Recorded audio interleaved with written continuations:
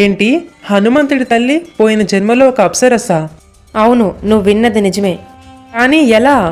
ఇంద్రుడి సభలో నృత్యం చేసే ఒక అందమైన అప్సరస పుంజికస్థల. ఒకసారి ఒక ఋషికి కోపం తెప్పించడం వల్ల భూమి మీద వానర జాతిలో పుడుతుంది అని శపించబడింది. అలాగా? అయితే తర్వాత ఏం జరిగింది? ఆమె వెంటనే భయపడి శాప విమోచనం కోసం అతన్ని ప్రార్థించింది.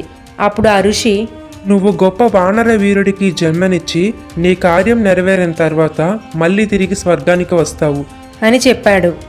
అలా తను శాపం ప్రకారం భూమి మీద అంజనీదేవి అనే వానర రాకుమారిగా పుట్టి కేసరరాజుని పెళ్లి చేసుకుంది. అలా వాళ్ళకి పుట్టిన కొడుకే హనుమంతుడు. 1 మినిట్, నువ్వు చెప్తుంటే గుర్తొచ్చింది. నేను చదివిన బుక్లో ఈ స్టోరీ వేరేలా ఉంది కదా. ఇప్పుడు ఏది నిజమని నమ్మాలి? కరెక్టే, ఈ కథకి డిఫరెంట్ వర్షన్స్ చాలానే ఉన్నాయి. వాటిలో ఇదొకటి. మీకు ఈ షార్ట్ నచ్చితే ఇంకా ఇంట్రెస్టింగ్ టాపిక్స్ కామెంట్ చేయండి. జై శ్రీరామ్.